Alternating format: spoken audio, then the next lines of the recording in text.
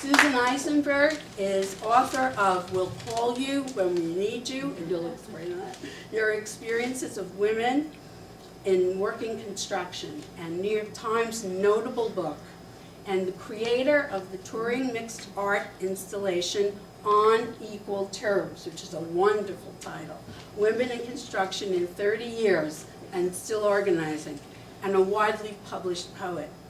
She worked 15 years as an electrician on union construction sites, taught for a decade at the University of Massachusetts, Boston, and is currently a resident artist and a scholar at Brandeis University Women's Studies Research Center. So I give you a hand. So I'm Susan Eisenberg, and I am not from Local 3. I'm from Local 103 in Boston, and I was in that same class that Melinda and Cynthia were in, of the first class that started in 1978 in Boston. There were 6 of us who started, 1 pushed out at the end of the first year. We all just looked at each other in the bathroom and said, like, we can be picked off one by one. We're going to stick this through together. And 5 of us graduated in the first class there in '82. And I would say, you know, we had a more positive experience of our apprenticeship director really became our, who wasn't into us in the beginning, but became a real ally for us. And I would say in the first number of years, until there were political changes, we really did have a certain support from our local, and also a sense of empowerment. We had a women's group, and we actually got a lot of things done, and got a number of things from the local. Well, what I see around the country is different locals at different times, you know, are like, have a real strength. And I would say in the early years, the local that I was in at 103 really was a beacon around the country for women's empowerment. So let me just say that.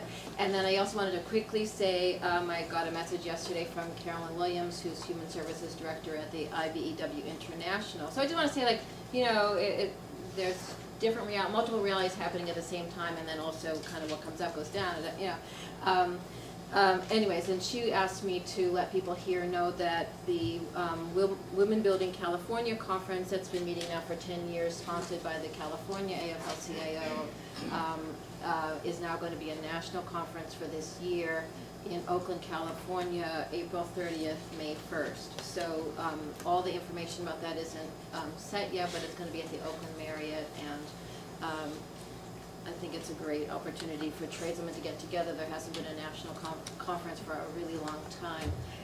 Also to pass along that at the Women's Conference in July of the IBEW, from that has come a report of recommendations that's getting set for changes, you know, what needs to change in terms of women's recruitment, retention, and leadership development. And I'm glad to have heard that also it's going to include recommendations that came out from the grassroots members present at the '97 conference. I was on the planning team for that. So, you know, how that goes from recommendations from the grassroots, you know, gathering grassroots recommendations to implementation, you know, will take a lot of, you know, active encouragement from the grassroots, let's say. But I think those are, you know, there's a hopefulness to both of those things. So I want to pass those along, or opportunities. Okay.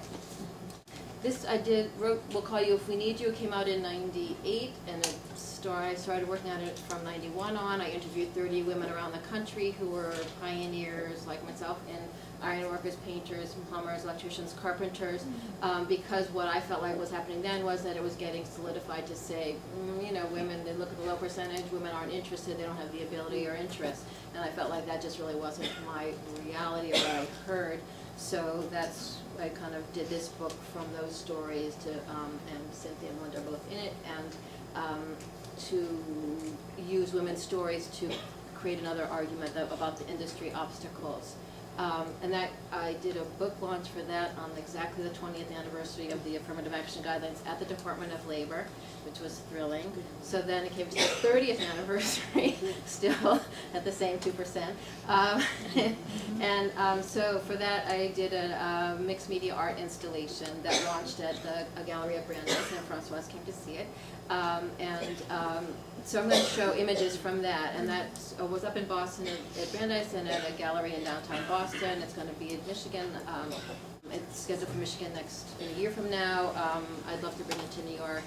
So this is actually the banner for it, which is like huge, that they had outside on the street at Brandeis, which was just in itself kind of cool. And so it just, having an art exhibit just really drew a lot of media attention, and we had between both venues, about 1,000 people came, and you just got a lot of press.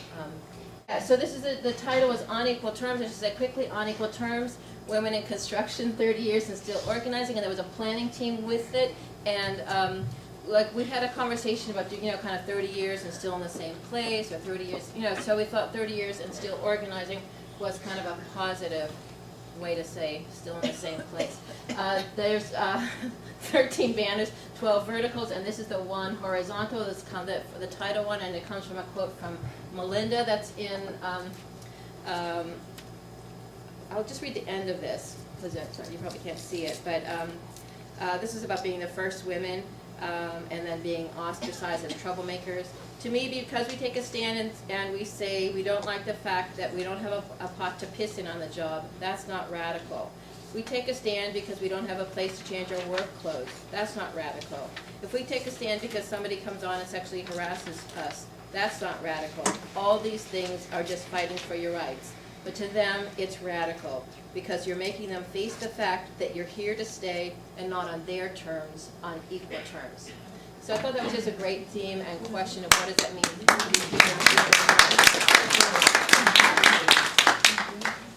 So this is you can kind of see a whole kind of full view of it. There's a bathroom shack, a blueprint table, and Stella is on the ladder, and a lot of flying tools and things.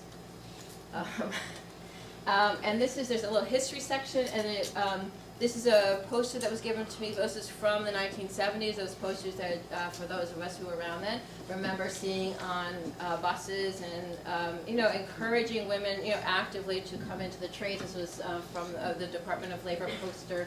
And there's a number of elements in this history section that were part of that incredible effort from the Department of Labor in the 70s to bring women in, so that it wasn't just sort of feminist imagination. It really was a government effort, Okay. And this is Stella. She's a life-size woman on a ladder. She's wearing my one-piece Carhartt suit that I used to wear outdoors in the winter. She wears a diamond hard hat. That's an image from a poem of mine hanging in solo. So what's it like to be the only female on the job? And she's pulling in communication cables, so she's got a partner somewhere. She's wearing a diamond hard hat. So her face is a composite, it's hard to tell in this image, but a composite of tradeswomen faces. So, and a lot from Tradeswoman magazine, which people might know came out for 20 years out of California, that really connected the tradeswoman movement. So it's to kind of have her be an every woman.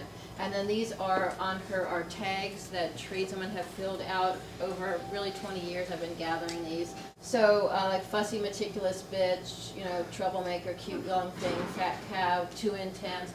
So just the range of, so Stella kind of works with that tension of she's doing her job, pulling cables, she's got somewhere a partner at the other end of that cable, wearing the diamond hard hat, confident, but then all the tags. So it's that kind of tension of who you are, what you're confident at, and then how you're seen. And just to say quickly, the armband was given to me by someone from Canada. It was people remember in 1989, December 6th, there was a murder of 14 women engineering students at École Polytechnique. That's called the Montreal Massacre.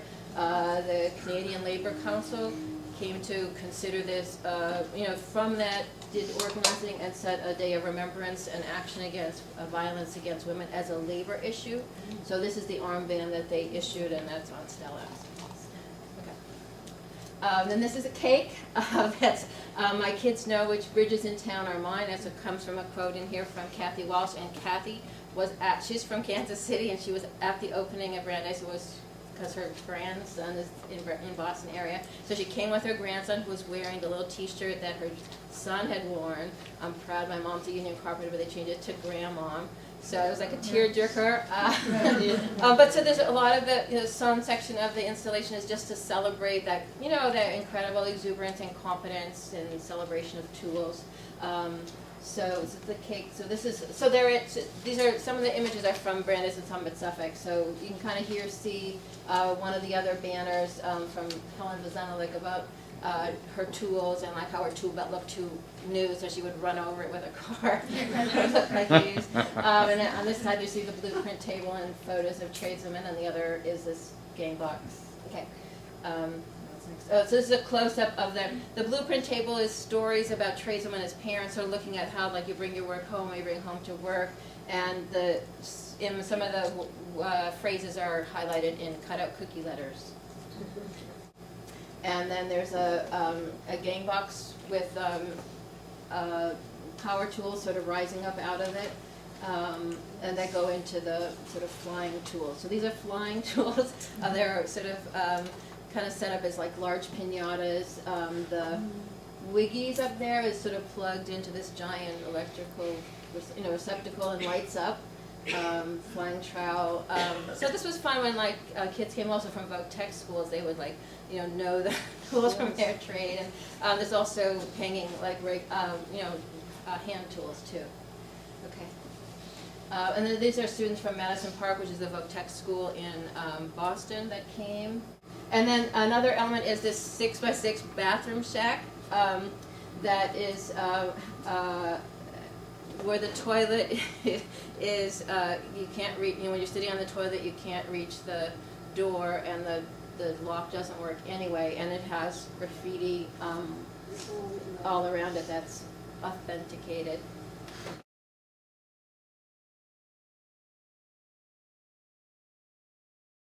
What's great about the bathroom shack is with the graffiti is when tradesmen come in it, Linda taught it's people kind of go recognize everything but fairly tame. When other people come in who are coming to an art gallery or academics or other, people off the street, they're shocked. So that conversation inside the bathroom shack of what's normal where has just been great. And it's an audio. There's two places in the installation that are audio sites where you can, and one of them is inside the bathroom shack. So those are some of the very harshest stories. So people are hearing somebody tell a story in their own, way that they tell a hard story, and at the same time they're in that environment of the graffiti, and it has a person kind of with it. And then there's another one of, more range of stories that are outside. Okay. And this is the coffee break area, so to buy a donut.